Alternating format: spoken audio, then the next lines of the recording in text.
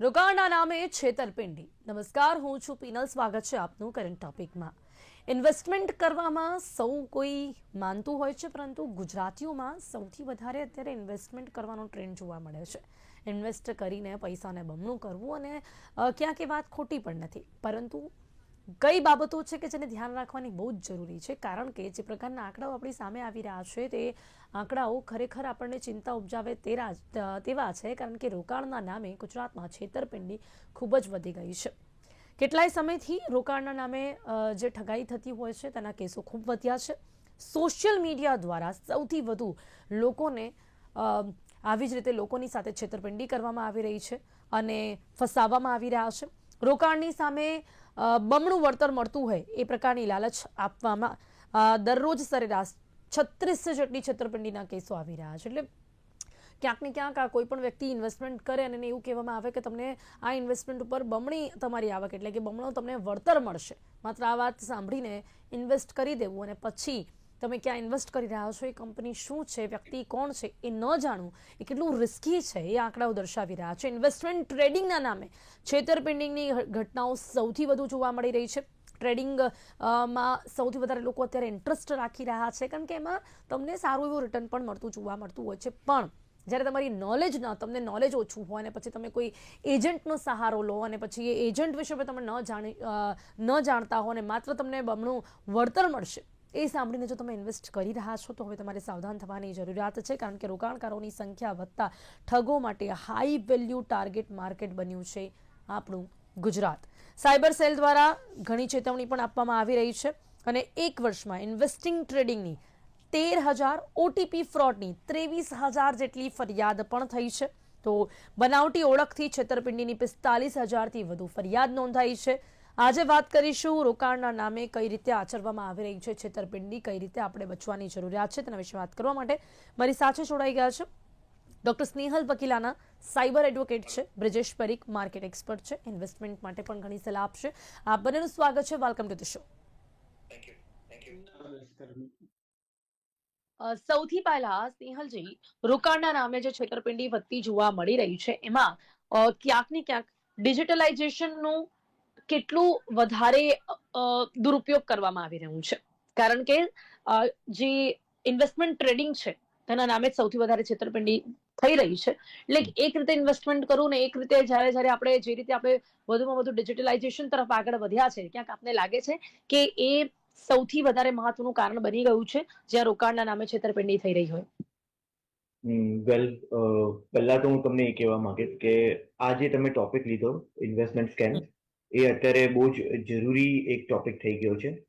વેલ, આપણે એમ વાત કરીએ કે ગીતાના અધ્યાય 16 શ્લોક 1માં એવું મેન્શન કર્યું છે જે ભયની વાત કરે છે, અને સેકન્ડ વસ્તુ છે ગીતાનો શ્લોક સેકન્ડ અને અધ્યાય સેકન્ડ, જેમાં એ લોકોએ વાત કરી છે મોહ વિશે. આ બંનેનું કોમ્બિનેશન એ તમને ઇન્વેસ્ટમેન્ટ સ્કેમ્સમાં લઈ જાય છે. પ્રેક્ટિકલી જે ક્રિમિનલ છે અત્યારે ડિજિટલ જે પેમેન્ટ મોડ છે that is very much important, કારણ કે લોકો આંખ મીચીને કશે ને કશે પેમેન્ટ જ્યારે બી કરવાનું હોય દે always prefer this digital method. અને આ જ વસ્તુ ક્રિમિનલને આપણે એમ કહી શકીએ છીએ કે એ લોકોની જે ક્ષમતા છે તેમાં વધારો કરી રહી છે. ફ્રેન્કલી, જ્યારે બી તમે કશે ને કશે એન્ચાન્ટમેન્ટમાં આવો છો, કશે ને કશે મોહમાં આવતા હો છો, એવા કેસીસમાં કોઈક ને કોઈક રીતના તમને આ જે ક્રિમિનલ છે તે હજુ લોભિત કરે છે. ફ્રેન્કલી, એ લોકો તમને અમુક અમુક એટ્રેક્ટિવ સ્કીમ્સ બતાવશે જેની અંદર તમારું ઇન્વેસ્ટમેન્ટ એ લોકો કરાવે છે. ત્યારબાદ તમે જેવું એમની અંદર ઇન્વેસ્ટમેન્ટ કરશો, તમને તમારો પોર્ટફોલિયો જે છે તે વધુ એટ્રેક્ટિવ થતો દેખાશે અને કોઈક ને કોઈક બહાને એ લોકો ફરી તમારી પાસે એમાં ઇન્વેસ્ટમેન્ટ કરાવશે with the expectation of earning higher profits. તમે હજી એમાં ઇન્વેસ્ટ કરશો અને આ સર્કલ ચાલ્યા જ કરશે જ્યાં લગીને તમે વિડ્રો નહીં કરશો. જેવું તમે વિડ્રો કરશો એટલે તમને ખબર પડશે કે actually this was a scam. So this is practically a investment scam. અને આમાં જેવું તમે ઇન્વેસ્ટમેન્ટ કરો છો તો તમારા જે પૈસા છે તે ડાયરેક્ટલી ઇનડાયરેક્ટલી મ્યુલ અકાઉન્ટમાં જતા હોય છે. ત્યારબાદ તે લેયર્ડ ફોર્મમાં કશે ને કશે ક્રિપ્ટોમાં કન્વર્ટ થતા હોય છે અને પછી એ આઉટ ઓફ ઇન્ડિયા ચાલ્યા જતા તો હોય છે. સ્નેહલજી, અહીંયા જી મને એક સવાલ થાય છે કે જેમ કે જી તમે કહ્યું કે આપણે ઇન્વેસ્ટ કરીએ, પછી સામે આપણને પ્રોફિટ દેખાય, હવે આપણે વિડ્રો ના કરીએ કે ચલો ફરી એક વખત પ્રોફિટ થશે, પણ જે તમને પ્રોફિટ દેખાય છે એ તમારા અકાઉન્ટમાં જ દેખાતું હોય છે, જી છતાં જી બી બિલકુલ. આપણને પછી વિડ્રોલ સમયે આ કેવી રીતે થતું હોય છે કે પછી તમે વિડ્રો કરવા જાઓ ત્યારે ખબર પડે કે આપણા આ એક સ્કેમ છે, કારણ કે જો પ્રોફિટ તમારા અકાઉન્ટમાં દેખાઈ રહ્યું છે તો બટ ઓબ્વિયસ છે કે આપણને એ રિયલ જ લાગશે.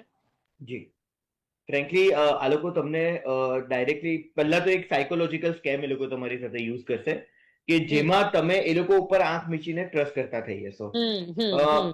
ધેર આફ્ટર એ જે એપ છે તે એ લોકોની એપ હશે કે જેમાં એઆઈ જનરેટેડ જે એ લોકોનું એલ્ગોરિધમ છે તેમાં તમને એવું લાગશે કે તમે પ્રોફિટ કરી રહ્યા છો. Okay. Actually that profit goes to your actual bank account, જે તમે નહીં કરી શકશો. જી જી મેમ. ઓકે ઓકે ઓકે, એટલે એ ક્યાંક એમની પોતાની પર્સનલ એપ્લિકેશન હશે ને એઆઈ જનરેટેડ મેસેजेस કે એઆઈ જનરેટેડ પ્રોફિટ આપણને દેખાતું હશે. ઓકે બિલકુલ. બ્રિજેશભાઈ, હવે વાત આપણે જ્યારે ઇન્વેસ્ટમેન્ટની કરી રહ્યા છે ત્યારે આપનું શું માનવું છે સૌથી પહેલા તો કે કયું ઇન્વેસ્ટમેન્ટ અત્યારે સૌથી વધારે અનસેફ સાબિત થઈ રહ્યું છે કે જેમને રોકાણ સામે બમણા વળતરની લાલચ આપીને જે રીતે દરરોજ સરેરાશ 36 સાથે લોકોની સાથે છેતરપિંડી થઈ રહી છે, સૌથી વધારે અનસેફ ઇન્વેસ્ટમેન્ટ વાળું આપને સેક્ટર કયું લાગી રહ્યું છે? હવે જે ઇન્વેસ્ટમેન્ટ ની વાત આપણે કરી રહ્યા છીએ ને ફ્રોડ ની વાત કરી રહ્યા છીએ, એમાં સૌથી વધારે જે એનું પાયામાં છે ને એ માણસનો ગ્રીડ ફેક્ટર છે. માણસને એવું લાગે છે કે હું ઝડપથી પૈસા બનાવી લઉં ને એનો ઉપયોગ આ બધા જે સ્કેમસ્ટર્સ છે કરતા આવ્યા છે. એટલે આપણે જે ઇન્વેસ્ટમેન્ટની વાત કરીએ છીએ એમાં ઇન્વેસ્ટમેન્ટમાં અનસેફ અને સેફ જેવું નથી હોતું. ઇન્વેસ્ટમેન્ટ, દરેક ઇન્વેસ્ટમેન્ટ પોતાનું રિસ્ક લઈને આવતું હોય છે અને ઇન્વેસ્ટરે ખાલી એટલું ધ્યાન રાખવાનું હોય કે એ રિસ્કને સમજતા હોય પછી ઇન્વેસ્ટમેન્ટ કરતા હોય. બરોબર છે. હવે જે સ્કેમ છે ને એ પરિસ્થિતિ એવી છે કે એમાં કોઈ અનસેફ કે સેફ જેવું ઇન્વેસ્ટમેન્ટ, કારણ કે રેગ્યુલેટેડ કોઈ સેબી કે એને એપ્રુવ કરેલી કોઈ એન્ટિટી એ સ્કેમ નથી કરતી. ખાલી એ પોતાની જાતને પ્રોજેક્ટ કરે છે કે એ રેગ્યુલેટેડ એન્ટિટી છે, પણ જો તમે એકચ્યુઅલી સેબીની વેબસાઇટ પર જઈ અને જોશો અને તમે એ બાબતે સર્ચ કરશો તો તમને ખબર પડી જશે કે જે એન્ટિટી સાથે તમે ઇન્વેસ્ટમેન્ટ માટે ડીલ કરી રહ્યા છો એ એન્ટિટી રેગ્યુલેટેડ એન્ટિટી નથી. એટલે તમને પ્રાથમિક ધોરણે પણ ખ્યાલ આવી જશે કે આ એન્ટિટી રેગ્યુલેટેડ નથી, એટલે કે ઇન્વેસ્ટમેન્ટ સોલિસિટ કરવા માટે, મતલબ રોકાણકારોને ઇન્વેસ્ટમેન્ટ કરવા માટેની સગવડ આપવા માટે એ એન્ટિટી છે એ ઓથોરાઇઝ જ નથી. જ્યારે આપણે અનઓથોરાઇઝ એન્ટિટી સાથે કામ કરીએ છીએ ત્યારે જે સેફટીનો કન્સર્ન આવે છે ત્યારે જ આવે છે કે એનો ઈરાદો જ ખોટો છે અને જે ઈરાદો ખોટો છે એવી એન્ટિટી સાથે આપણે આપણા પૈસાને ટ્રસ્ટ કરી રહ્યા છીએ. એટલે સૌથી પહેલું જે ચેક કરવું પડે અનસેફનું, જે સ્કેમના સંદર્ભમાં આપણે જ્યારે વાત કરીએ ત્યારે અનસેફની વાત કરીએ ત્યારે, સેફટીની વાત કરીએ ખાસ કરીને ત્યારે, કે એન્ટિટી ખરેખર કોઈ જગ્યાએ રેગ્યુલેટેડ છે, સેબીના કોઈ પણ એક રેગ્યુલેશન્સ નીચે રેગ્યુલેટેડ છે, એની પાસે લાયસન્સ છે, જે ઇન્વેસ્ટમેન્ટ આપણી પાસે કરાવી રહ્યા છે. ફોર એન એક્ઝામ્પલ આપણે એવું વાત કરીએ કે ભાઈ કે એવું સ્કેમ બનાવી રહ્યા છે કોઈ કે જેમાં એમ કહે છે કે અમે તમને શેર માર્કેટમાં ઇન્વેસ્ટ કરાવીશું અને અમે તમને આટલું રિટર્ન આપીશું. તો એ એન્ટિટીની જે લીગલ નામ હોય એ આપણે એની પાસેથી મેળવવું પડે અને એ લીગલ નામના આધારે આપણે સેબીની સાઇટ પર જઈને એને પૂછવું જોઈએ આપણે એન્ટિટીને કે તમે શું છો, તમે શેર બ્રોકર છો, તમે ઇન્વેસ્ટમેન્ટ એડવાઇઝર છો, તમે શું છો, તમે રિસર્ચ એનાલિસ્ટ કઈ રીતે રેગ્યુલેટેડ છો, કયું લાયસન્સ તમે ધરાવો છો. અને જેવી જયારે ઇન્વેસ્ટર આ લાયસન્સની ભાષામાં વાત કરવાનું શરૂ કરશે ને એટલે એન્ટિટીને ખબર પડી જશે કે આ જાણકાર માણસ છે એટલે મારે આનાથી દૂર રહેવું જોઈએ. પણ અનફોર્ચ્યુનેટલી સેબીના ઘણા બધા પ્રયત્ન છે આપણા દેશમાં કે જેમાં ઇન્વેસ્ટર અવેરનેસ વધારવામાં આવે અને અમે બધા એ બાબતે કામ કરી રહ્યા છીએ ઇન્વેસ્ટર અવેરનેસ પ્રોગ્રામ કન્ડક્ટ કરીને. અને આપણી જેવા જે માધ્યમો છે માધ્યમો પણ આવા પ્રોગ્રામો કન્ડક્ટ કરીને અવેરનેસ વધારે છે. એટલે જેટલી અવેરનેસ વધશે એટલું એ ઘટશે. પણ પાયાનો પ્રશ્ન સેફટી જોવા માટે તમારે એન્ટિટી જે છે જેની સાથે તમે તમારા પૈસા મૂકવા વિચારી રહ્યા છો એ રેગ્યુલેટેડ છે, એની પાસે જે નીતિ નિયમો પ્રમાણેનું લાયસન્સ છે એ ચકાસવું પહેલા જરૂરી છે. કારણ કે જો એ લાયસન્સ હશે તો એ સેબીના રેગ્યુલેશન ફોલો કરતું હશે, સેબી પિરિયોડિકલી એનું ઓડિટ થતું હશે કે જેથી આવા સ્કેમ બનવાની સંભાવના રેગ્યુલેટેડ એન્ટિટીમાં પણ આ જે અનસેફ કંપનીઝ હોય કે જે આવી રીતે ફ્રોડ હોય એ કોન્ટેક્ટમાં કેવી રીતે આવે એ પણ એક સવાલ આપણને ઉભો થાય કે જેમ કે આપણે કોઈ પણ જસ્ટ એક્ઝામ્પલ આપકે મ્યુચ્યુઅલ ફંડમાં આપણે જો કંઈક પણ ઇન્વેસ્ટ કરી રહ્યા છે, બરાબર, તો એમાં કોઈ ફ્રોડ થવાની કોઈ શક્યતા ખરી? કારણ કે એ આખું એક પેલું કહેવાય ને કે રજિસ્ટર્ડ હોઈ શકે છે, પણ જો કંપનીની વાત કરીએ, કોઈ ફ્રોડ કંપની છે, તો એ કઈ રીતે કોન્ટેક્ટમાં આવે છે વ્યક્તિની કે જેથી કરીને ક્યાંક એને ખબર પણ ના પડે કે આ ફ્રોડ છે? એટલે એમાં કેવું હોય છે કે આ બધા આપણા બધા જે ડેટાબેઝ છે, કોન્ટેક્ટ આપણે જ્યાં જ્યાં આપ્યા હોય એટલે આવા ડેટાબેઝ ખરીદવામાં આવતા હોય છે, ઈમેલ આઈડીઝ ખરીદવામાં આવતા હોય છે, અને એ ઈમેલ આઈડીઝ અને ડેટાબેઝના બેઝ ઉપર સામાન્ય રીતે આવા જે ફ્રોડ થતા હોય છે એના બે મિકેનિઝમ મહદઅંશે જોવા આવ્યા છે, ત્રણ બ્રાધર.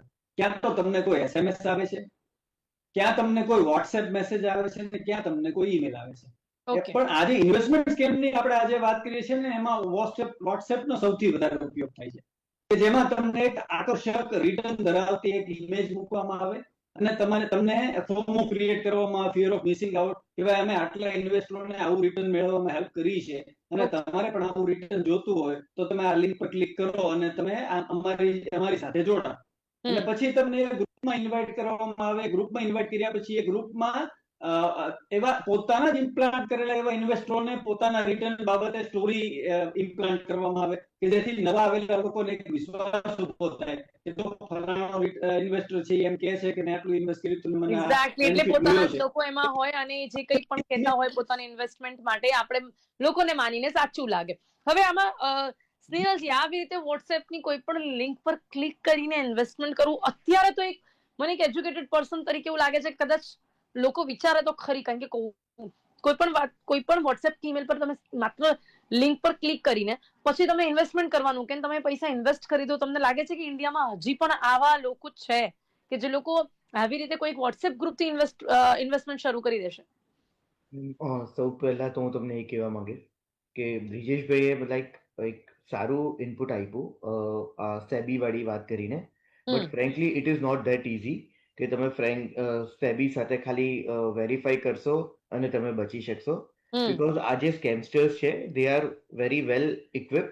એ લોકો બહુ ઇઝીલી જેન્યુન જે કંપનીઝ હોય છે તેની ડમી કંપનીઝ, એની ડમી વેબસાઇટ્સ બનાવતી હોય છે.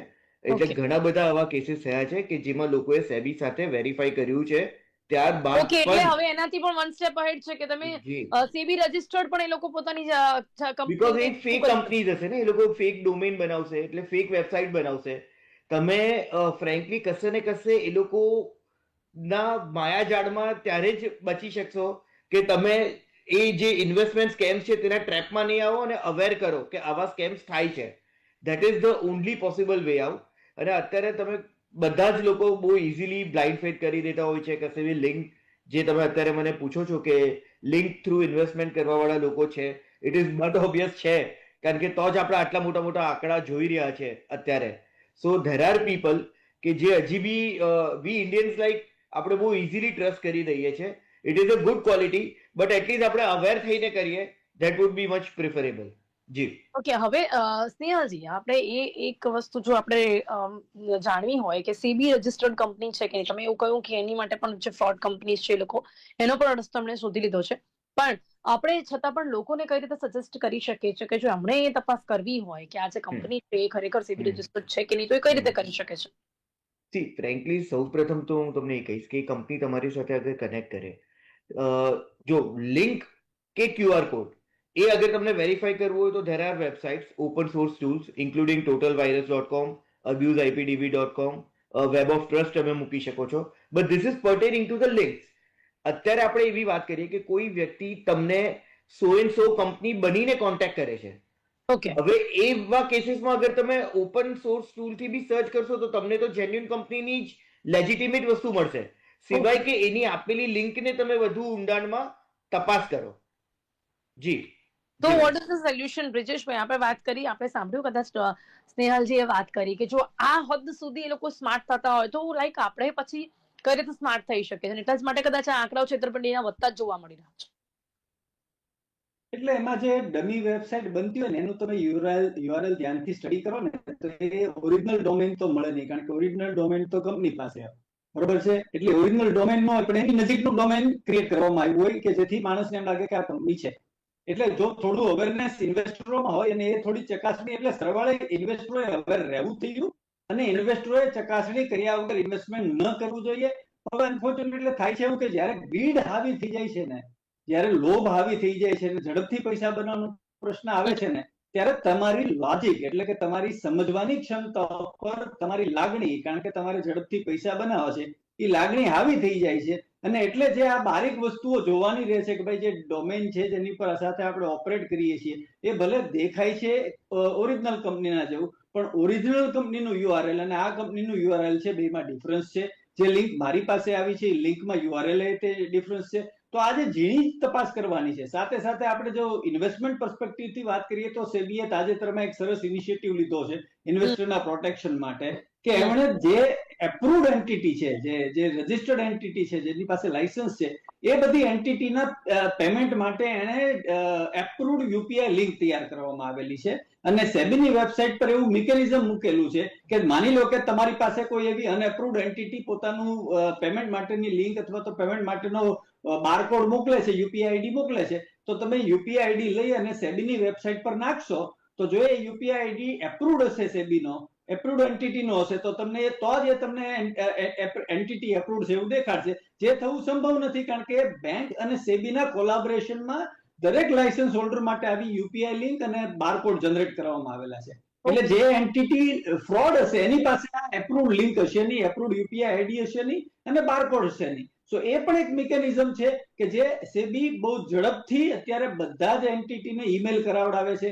તમે અત્યારે જોવો તો જો તમે ડીમેટ એકાઉન્ટ ધરાવતા હશો, આઈધર તમે સીડીએસએલ કે એનએસડીએલ નું ધરાવતા હશો તો એના પણ આપને મેલ આવતા હશે. તમે બ્રોકરેજ એકાઉન્ટ ધરાવતો હો તો બીએસસી અને એનએસસી ના પણ તમને આવા મેલ આવતો હોય છે કે જેમાં એ તમને આ બાબતે એજ્યુકેટ કરે છે. અને આજે આ પ્લેટફોર્મનો ઉપયોગ કરીને હું આપણા વ્યુઅરને પણ એજ્યુકેટ કરીશ કે તમારે જો એન્ટિટી એપ્રુવ છે કે નહીં એ કન્ફર્મ કરવું હોય તો તમે એની પાસેથી એની પેમેન્ટ માટે જે મિકેનિઝમ તમને આપે છે, યુપીઆઈ કોડ એનો માંગશો ને યુપીઆઈ કોડ લઈ અને સેબીની વેબસાઇટ પર જશો અને ચેક કરશો તો એ એપ્રુવડ યુપીઆઈ આઈડી નહીં હોય તો એ તમને કહી દેશે કે આ કંપની છે એ રજિસ્ટર્ડ નથી. તો એ પણ એક મિકેનિઝમનો ઉપયોગ થઈ શકે ઇન્વેસ્ટરો દ્વારા કે જેના માધ્યમથી ઇન્વેસ્ટમેન્ટ કરવામાં આવે છે. નવા મિકેનિઝમની વાત કરી રહ્યા છે સેબી, જે હવે નવું લઈને આવ્યું છે, તો શું આપને લાગે છે કે અપ્રુવડ લિંક, અપ્રુવડ જે બારકોડ હોઈ શકે, એ યુપીઆઈ હોઈ શકે, આ રીતે તપાસ કરવાથી જે પણ ઇન્વેસ્ટ કરી રહ્યું છે વ્યક્તિ એ સેફ હશે અને ખબર પણ પડશે? શું આમાં પણ કોઈ ફ્રોડ થવાની શક્યતા છે? જી સ્નેહલજી, મારો અવાજ આવી રહ્યો છે? એટલે યુપીઆઈ આઈડી માં પૂછો છો પિનલબેન? હા જી જી બ્રિજેશભાઈ, પહેલા એક બ્રિજેશભાઈને કમ્પ્લીટ. જી બ્રિજેશભાઈ. એટલે યુપીઆઈ આઈડી છે ને બેંક અને સેબીના કોલાબોરેશનમાં છે, એટલે સેબી અને બેંકના કોલાબોરેશનના કારણે એમાં ફ્રોડ થવાની સંભાવના નથી. ઓકે સ્નેહલજી, તો આપને લાગે છે કે આ હવે પછી આ સેફ ઇન્વેસ્ટમેન્ટ હશે? જી નહીં, બિલકુલ નહીં, મને એવું બિલકુલ નથી લાગતું. ફ્રેન્કલી ઇન્વેસ્ટમેન્ટ સ્કેમ્સની આપણે વાત કરીએ છીએ which is much larger to this securities things. Practically યુએસડીટીની આપણે વાત કરી શકીએ છીએ, એમએલએમ સ્કીમ્સ હોય છે. There are an number of tricks કે જે તમને ઇન્વેસ્ટમેન્ટ સ્કીમ્સના નામે આ લોકો તમારી પાસે ઇન્વેસ્ટ કરાવતા હોય છે. પ્રેક્ટિકલી આમાં યુઆરએલ વાળી વસ્તુ માટે ઓલરેડી મેં તમને કીધું હતું કે there are things which are abusepdb.com, આ સિવાય virustotal.com, but we are not talking about URL, કારણ કે એ લોકો કંપનીના રિપ્રેઝેન્ટેટિવ બનીને તમારી પાસે ગ્રુપમાં જોઈન કરાવશે. એટલે અગર તમે સર્ચ કરશો તો તમને દેખાશે જેન્યુઇન કંપની જ, એની ફેક વેબસાઇટ્સ નહીં, એના ફેક રિપ્રેઝેન્ટેટિવ બનીને એક ગ્રુપ બનાવીને આ લોકો તમને કોન્ટેક્ટ કરે છે. નહીં તો સ્નેહલજી, અહીંયા બ્રિજેશભાઈ જે વાત કરી કે જે બી પેમેન્ટ મેથડ હશે, એટલે એમનું જે યુપીઆઈ આઈડી હશે એ લઈને તમે લિંક લઈને તમે જો ત્યાં સીબી રજિસ્ટર્ડ જે આખું એમનું પ્લેટફોર્મની વાત કરી ત્યાં નાખીશું તો એ ખબર નહીં પડી જાય એમને કે આ ફેક છે કે ત્યાં પણ મેચ થશે? ના બિલકુલ, કારણ કે સી બ્રિજેશભાઈ એમની જગ્યાએ રાઈટ છે, બટ પ્રેક્ટિકલી હું અત્યારે એમ કહું છું કે investment scams is much more than share market scam. Practically એમાં એમએલએમ સ્કીમ્સ આવી જાય છે, એમાં નવી નવી કંપનીઝ આવી જાય છે, યુએસડીટી પેમેન્ટ આવી જાય છે, બિટકોઇન્સ આવી જાય છે, આ બધું જ આવી જાય છે. અને it is not possible for us કે આપણે બધા આઉટપુટને એક સાથે જોડીને બધાના પેમેન્ટ મોડ્યુલ્સ માટે બધાને અવેર કરતા ફરીએ. સો અવેરનેસ ઇન્વેસ્ટમેન્ટ સ્કેમ્સ માટે હોવી જોઈએ લોકોમાં. એ જ એક પ્રોપર રસ્તો છે અત્યારે કે આપણે આવા ક્રાઇમથી બચી શકીએ. આપણી પાસે ઓછું છે પણ છતાં બંનેને હવે મારો સવાલ એ છે બ્રિજેશભાઈ પહેલા કે સેફેસ્ટ ઇન્વેસ્ટમેન્ટ કઈ રીતે કરવું, ક્યાં કરવું, શું સ્ટેપ્સ હોવા જોઈએ, કઈ કંપની છે જેના પર ભરોસો કરવો અને શું સ્ટેપ્સ ફોલો કરવા જોઈએ અત્યારે સૌથી વધારે સેફ અને બેસ્ટ ઇન્વેસ્ટમેન્ટ છે? એટલે મેં કીધું એમ કે સેબી રજિસ્ટર્ડ આપણે ઇન્વેસ્ટમેન્ટ એન્ટિટી એનું આપણે વેરિફિકેશન કરી લેવું જોઈએ. ઇવન આપણે રિયલ એસ્ટેટમાં જો ઇન્વેસ્ટ કરતા હોઈએ તો આપણે રેરાનું લાયસન્સ હવે આપી ગયું છે. તો એની પાસે લાયસન્સ છે કે નહીં કન્ફર્મ કરવું જોઈએ. there are certain investment જે આપણે વાત થઈ કે ભાઈ જે beyond SEBI છે અથવા તો beyond આપણા રેગ્યુલેશન છે. બરોબર, દાખલા તરીકે મટીરિયલ માર્કેટિંગના ફોર્મમાં તમારી સાથે સ્કેમ કરવામાં આવે છે અથવા તો ક્રિપ્ટોકરન્સીના ફોર્મમાં તમારી સાથે સ્કેમ કરવામાં આવે છે. તો ક્રિપ્ટોકરન્સી એઝ ઇટ ઇઝ આપણી ગવર્મેન્ટની એપ્રુવ કરેલી કરન્સી નથી. આપણી ગવર્મેન્ટ એને રેગ્યુલેટ કરવા માંગતી નથી અને એટલે એને ડિસ્કરેજ કરવા માટે સૌથી વધારે ટેક્સેશન ક્રિપ્ટોમાંથી લગાડ્યો છે. તો એ દ્રષ્ટિએ પણ એ લોકોએ જાગૃત થવાની જરૂર છે કે ભાઈ જ્યારે રેગ્યુલેટેડ લાયસન્સ વાળી એન્ટિટીના માધ્યમથી ઇન્વેસ્ટમેન્ટ કરશે તો એના ઇન્વેસ્ટમેન્ટમાં ફ્રોડ થવાની સંભાવના ઓછી છે અને ના કારણે પ્રોપર લોકોએ હોપ કે સાંભળી લીધું હોય. ઓકે, આપનું શું કહેવું છે ઇન ધી એન્ડ? સ્નેહલજી, આપની મતે સેફેસ્ટ ઇન્વેસ્ટમેન્ટ કયું છે અને કઈ રીતે કરી શકાય છે? વેલ ફ્રેન્કલી અત્યારે જે બી તમને ડિજિટલ ઇન્વેસ્ટમેન્ટ દેખાય છે, including crypto asset, including investment things, everything, એ બધાને આપણે ચેક ઓફ કરીએ અને આપણે અગર કરવું જ હોય તો કંઈ ફિઝિકલ ઇન્વેસ્ટમેન્ટમાં ઇન્વેસ્ટ કરીએ via proper appropriate channel. For example gold છે, રિયલ એસ્ટેટ છે, જે ફિઝિકલ ટેન્જિબલ વસ્તુ છે, મૂવેબલ કે ઇમૂવેબલ, બટ ફિઝિકલ ટેન્જિબલ વસ્તુમાં investment is a better option. જી. ઓકે, એટલે અને ઇન્વેસ્ટમેન્ટ ટ્રેડિંગ, મ્યુચ્યુઅલ ફંડ્સ, એ બધામાં પણ આપણે વિચારીને જ કરવું પડે. સ્નેહલજીની મતે એવું છે કે અત્યારે physical investment is the best.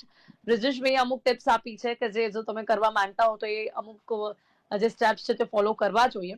છતાં પણ ડિજિટલી ફ્રોડ્સ એટલા વધારે વધી ગયા છે, સ્માર્ટ થઈ ગયા છે લોકો, કે જેથી કરીને અત્યારે એવું પણ માનવું આપણે ક્યાંય એવું ન કહી શકીએ અયોગ્ય છે કે હા અત્યારે ઓનલાઈન પ્લેટફોર્મ પર કોઈ પણ પ્રકારનું ઇન્વેસ્ટમેન્ટ ના કરવું. સમય અહીંયા સમાપ્ત થાય છે. સ્નેહલજી અને બ્રિજેશજી, આ બંને મારી સાથે ચર્ચામાં જોડાયા, આપનો ખૂબ ખૂબ આભાર. Thank you so much. Thank you so much. ધન્યવાદ. લોભ અને લાલચ મૂકીને બમણું વળતર તમને મળી રહ્યું છે, એટલે ક્યાંય પણ ઇન્વેસ્ટ કરી દેવું અને તમને વધારે નોલેજ ના હોય છતાં પણ કોઈ પણ એજન્ટની પાસે વાત કરીને એની સાથે વાત કરીને બમણું વળતર મળી રહ્યું છે તો પૈસા નાખી દેવા. એક બે વાર કદાચ તમને વળતર મળી પણ જાય, પણ ત્રીજી વારમાં તમારી સાથે છેતરપિંડી થઈ શકે છે. એટલા જ માટે અત્યારે હાલ જો તમે ક્યાંય પણ ઇન્વેસ્ટ કરી રહ્યા છો તો તમારે ઘણી બધી બાબતો ચકાસવાની જરૂરિયાત છે, જેના વિશે આપણે અહીંયા માહિતી પણ આપી છે. કરંટ ટોપિકમાં અત્યારે બસ આટલું જ. ફરીથી મળીશું નવા વિષયની સાથે. ત્યાં સુધી રજા આપશો. નમસ્કાર.